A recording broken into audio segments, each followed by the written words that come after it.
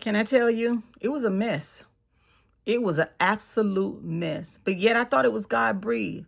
I thought it was God ordained. I thought it was an opportunity from God, only to find out I had created such a mess that only God could fix, only God could deliver me from.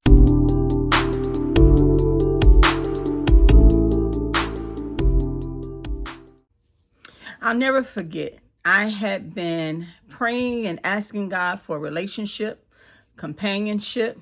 I had been praying and asking God to give me the ability to be an entrepreneur because I knew that God had placed it in me.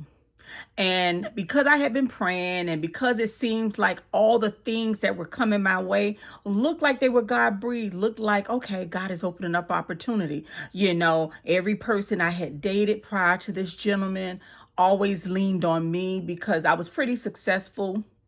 And I just felt like finally I met somebody who was working, who had a career. He was a lieutenant. He was doing good for himself. Finally, I'm not going to have to take care of somebody. Again, I'm thinking this was God breathed, God ordained. In the beginning, everything seemed to be flowing, but I found myself kind of pulling away from God, not being dedicated, not spending as much time as I used to with him because I wanted this. And it seemed like what God was sending me. How many of you fall into the trap of we pray about something, it looks like an opportunity, it looks like a door is opening for us, it looks like a relationship that God has ordained, he or she is doing the right thing, he or she looks like wifey husband material, they say they believe in God, they say they go to church, and it all looks like the perfect opportunity, only for the ground to fall out from up under it. How many of us embark on jobs and the door seemingly opens and it seems like this is what God calls me to do? How many of us step out there and open up businesses and it seems like this is what God, because you're doing step by step, and it seems like every door you go to twist is a God door because every door seemingly is opening up. Everything that opens up for us, my sister and brother, is not God ordained. And it could lead us down a road that leads to heartache, frustrations, and troubles. God knows we want to be married.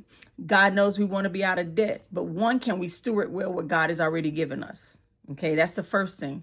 Secondly, when you're praying about a thing and you're believing that God has opened a door, are you continually staying in prayer, trusting God? Lord, if this is not a door that you have opened for me, I pray and I ask that you would close it. Father, show me if this is your will. And I know you all a little better than me, because you all do things by the word of God. You seek the counsel of God. See, you're not like Joshua.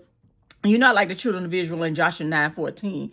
See, they didn't seek the counsel of God, because you all seek the counsel of God. You don't make these mistakes that I made. But how many of us embark on things that look like it's God breathed, only to find out later it was not the best thing that God had for us, or it wasn't time? I tell you, I share my story about opening a business. I opened up a seafood restaurant, and all the doors were opening. Everything was working. It was like God was bringing all the different people in place. He was putting all the puzzles, the pieces of the puzzle together, so to speak. And everything was working out. But after I had to close down the businesses and going deep in prayers, when I realized God was showing me it wasn't time yet. Yes, I anointed you. Yes, I've given you the vision, the dream. Yes, I told you you're an entrepreneur. Yes, you are anointed for business, but it was not my timing yet. So often we get ahead of God. We want something. Remember Abraham and Sarah? God had given them a promise that they would have a promised child, right? Well, Sarah got tired of waiting. And what did she do? She came up with her own idea. You know what? Maybe this is how God wants us to do it. And she gave a maidservant to Abraham, and they had a child. From that moment, what did they do? They faced hardship, trouble, all the issues of a mistress. All the issues. Why? Because you think this is what God wants me to do. What are you doing right now that looks like a God idea that you're starting to see wasn't quite a God idea? What relationships are you entertaining right now that you are now beginning to realize wasn't a God idea? What was something like David you looked at and you took possession of, only to find out that was not a God idea? What hustling are you doing right now to get yourself out of your financial situation, only to realize you're toiling in it and it's not a God idea? My sister and brother, listen, I just want to say to you, it is a mess. It will lead to a mess. If it's not right now, it will lead to a mess if it's not God breathed and God ordained for you. And so as a sister who has experienced life, who has experienced failures, who has experienced mess up, who has experienced not, I guess, acknowledging God in a lot of things. Now, I prayed about the business beforehand. I prayed and I said, Lord, if it's not your will, close this door, right? Sometimes we want something so bad, so bad, that God would allow us to have it, even though he knows it's not the best thing for us, because in it all, remember, Romans 8:28 says, all things will work together for the good of those that love the Lord, who are called according to his purpose, which in the midst of it will teach you a lesson to not get ahead of God, to wait on God, because like Abraham and Sarah, it will make a mess. Remember Saul? Saul was king. He knew that the priest was the only ones that were supposed to make a sacrifice. But again, he couldn't wait on Samuel. Samuel was taking too long. How many of us right now, we're waiting on a promise to be fulfilled by God that we know God has placed in our heart, but God is seemingly taking too long, so we get ahead of him and we make a mess. You know, I thought their relationship was really going to work out. Again, he was a lieutenant. Finally, I meet somebody who works and I don't necessarily have to take care of. He's working, he's in uniform, didn't know quite up front what the uniform was, only to find out later he was never serious about me. Only to find out later it was not God breathed. So I just encourage you with this, my sister and brother. Whatever you're embarking on, pray about it. Don't let it become a mess in your life. Don't let it become further heartache and pain. Some of you right now are in relationships you know God didn't ordain for you to be in, but you're stuck because either you're living with the person and you're afraid to step out on your own because you can't afford your own place. Now you feel stuck.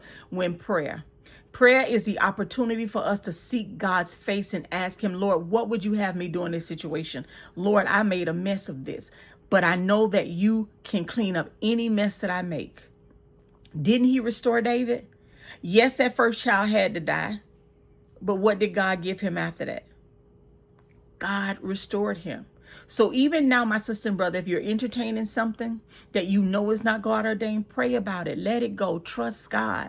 I just come to share, you know, we all want to know people who have been through things that can help save us heartache and pain. Can I help save you just a little bit of heartache and pain? Don't entertain that relationship if you know it's hurting you and you know it's not God ordained. Don't pursue something that you know God is not putting your heart and your spirit to pursue. And before you embark on anything, pray about it and ask God. God will answer you. He will never leave you without an answer. Just don't make a mess. Don't make a mess of your life, making decisions, not using wisdom, not exercising wisdom, going ahead of God, and then you make a mess, and then you got to cry out to God like me, Lord, help me. Lord, save me. Remember Peter? Remember Peter when he was about to sink? Jesus, save me. He reached out. Now, our Father loves us so much, he will. But if I can help you know better, so you do better, and you not experience the messes, and it does not have to be in a relationship. It can be in anything that you're embarking on, anything that you're entertaining right now, anything that God has not placed in your heart, but you want things so desperately. You want to be married. You want to be out of debt. Somebody putting the idea in your head to do the little side hustle that can get you out of debt. And before you know it, you'll wind up in a mess. You want to open a business because you know God has anointed you for business, and he does anoint us. God gives us gifts and talents. What does the Bible say in Deuteronomy? It is the Lord who gives us the ability to create wealth, but wait on God's timing. Don't get ahead of him because you don't want to get down the road and it hurts you. You don't want to embark on that relationship and then your feelings get involved. You begin to care about that person only to find out later that they were playing with you. They weren't never serious about you. God loves you, and he sent me to tell you to wait on him. Be patient. It was a mess for me. I was so heartbroken, spent tons of money on this person, realizing later on that I was trying to buy love. That is why today I am single, and I'm okay with it. Because whenever God is ready to send somebody in my life, he will. If I leave this earth never knowing a marriage or relationship, I am okay with that. because I trust God enough to know my personality. I trust God enough with my life. I'll just say it like that. I trust, I talked about that video. There are things that I trust God for. See, this is one of the areas I trust God for. Now, when it comes to my finances, sometimes I walk on shaky ground. Okay, Lord, where's it going to come from? God, how are you going to make this happen? Lord, I'm a little afraid here. But God says we got to trust him in all things. We can't give him this piece of the pie and say, but God, I need to hold this back because I'm not sure about this. We got to surrender everything. And so when it comes to marriage, when it comes to relationships, God knows I want it, but God also knows what I can handle. God knows what I can steward. God knows what, if he give me certain things, what will take me away from him. And a relationship, if he is not a man of God, has a propensity to take me away. See, I acknowledge my shortcomings. What are yours? What are the messes in your life that you've allowed because you've tried to get ahead of God? What is the situation, the financial struggle you got in because you tried to get ahead of God? What is the business you're open that you're now struggling in because, again, you got ahead of God? You heard the voice of God. He said it was yours. He promised it to you, but you moved a little bit too fast. What is that? Been there, done that. But I can tell you this to you. He will restore you. He will restore your peace. He will heal the pain. He will restore everything that you have lost. Can I pray for you? Heavenly Father, we come before you.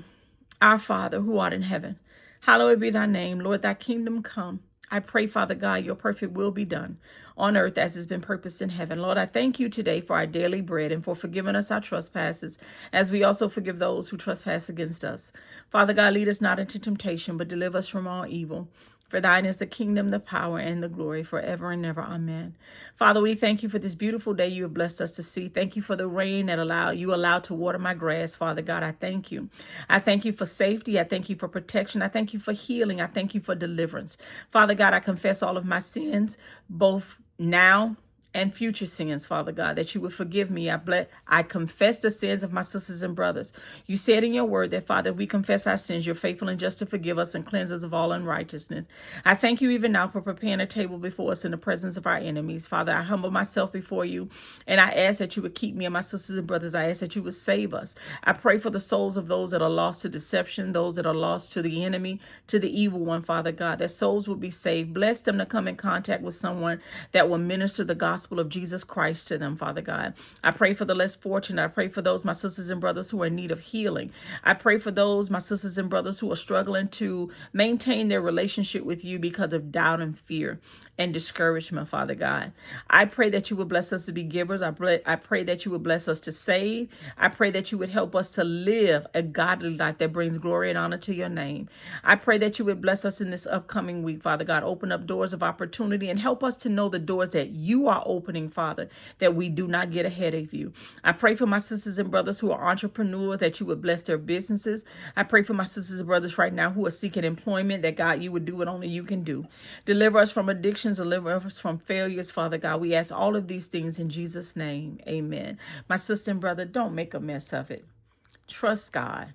Leave it in his hands. Trust him to do it. Wait on his timing. God's ways are not our ways. His thoughts are not our thoughts. His timing is not our timing. Shalom.